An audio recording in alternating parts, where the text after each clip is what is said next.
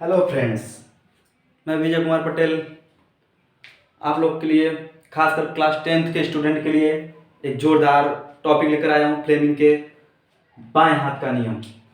अक्सर बच्चे इस नियम को पढ़ने में और याद करने में फंस जाते हैं, उनको प्रॉब्लम होती है। तो उसी प्रॉब्लम को देखते हुए और उस प्रॉब्लम को सॉल्व करने के लिए मैंने एक शानदार, कहे तो जोरदार और जमीदार, जो कि दम तड़कता धड़कता है, जो कि स्टूडेंट यदि उसको पढ़ेंगे, यदि ध्यान से समझेंगे तो शायद कुछ ही समय में इसको याद कर लेंगे और याद ऐसे करेंगे जो कि कभी ज़िंदगी में भूल नहीं सकते। इसका दावा मैं करता हूँ।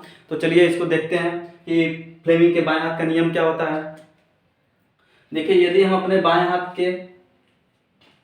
बाएं हाथ का अंगूठा तथा उसके पास की दोनों उंगलियों को इस प्रकार फैलाएं कि परस्पर क्या हो, लंबवत हो। पहले तो ये जानना जरूरी है कि हमारा बायां हाथ कौन है और दायां हाथ कौन है। तो जैसे कि हम लोग बोलते हैं अपने गांव में कि सीधे हाथ और उल्टे हाथ, तो जो हमारा उल्टा हाथ होता है वो हमारा बायां हाथ होता है और जो हमारा सीधा हाथ होता है वो हमारा दायां हाथ होता है। राइट एंड लेफ्ट, इंग्लिश में इसे लेफ्ट बोलेंगे तो हमारा लेफ्ट हैंड। कहने का मतलब जो हमारा बाएं हाथ का तीनों उंगलियां हैं अंगूठे के पास वाली। देखिए जैसे कि हम इसमें दिखा रहे हैं, ये हमारा क्या है, अंगूठा है, इसके दोनों पास है, इसको बोलेंगे तर्जना और उसको बोलेंगे मध्यमा। हम इस तीनों अंगुलियों को इस प्रकार समायोजित करें कि तीनों परस्पर आपस में क्या हो, लंबवत हो। तो देखिए हमने इसको समायोजित किया है। ये हमारा क्या है, इसके लंबवत है। यदि ऐसे कर दिया जाए तो ये इसके लंबवत है। ध्यान से देखिएगा, ये क्या है, हमारा इसके लंबवत है और ये हमारा इसके लंबवत है। तो यही बोला है कि यदि हम अपने बाएं हाथ के अपने बाएं हाथ के अंगूठे के पास वाली दोनों अंगुलियों को इस प्रकार समायोजित करें कि तीनों परस्पर आपस में क्या हो, लंबवत हो। लंबवत कहने मतलब आपस में क्या हो, 90 डिग्री का कोण बनाए।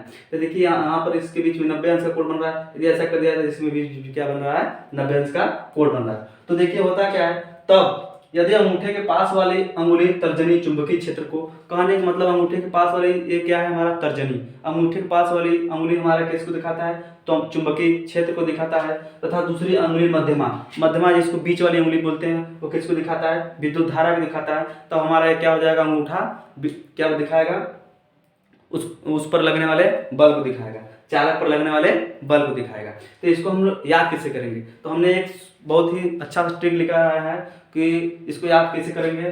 तो हमारे बच्चे इसको याद करने के लिए क्या करेंगे, FB पर आई, FB पर आई कहने का मतलब एक कोई लड़का है, वह क्या करता है कि चैटिंग कर रहा है, बात कर रहा है, तो अचानक क्या करता है कि चलो FB पर बात करते हैं। कहने का किस पर बात करते हैं, फेसबुक पर बात करते हैं। तो FB पर आई, देखो ये हमारा क्या है, अंगूठा को दिखाएगा। ये हमारा क्या है, बी मतलब क्या है, चुंबकीय क्षेत्र किसको दिखाएगा, तर्जनी किसको दिखाएगा, तर्जनी को दिखाएगा। और आई किसको दिखाएगा,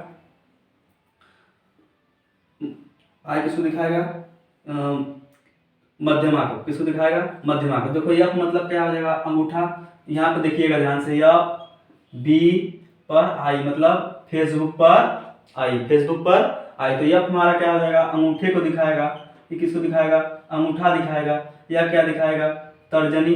तर्जनी मतलब किसको दिखाता है, चुंबकीय क्षेत्र को दिखाएगा। किसको दिखाएगा, चुंबकीय क्षेत्र को दिखाएगा। आई मतलब धारा, विद्युत चुंबकीय धारा को दिखाएगा। यह मतलब क्या हो जाएगा, बल को दिखाएगा। तो हमारा एक ट्रिक क्या निकल कर आया, FB पर आई कहने मतलब फेसबुक पर आई। आशा करता हूँ क्लास आप लोग को अच्छा लगा। Thank you. जय हिंद, जय भारत।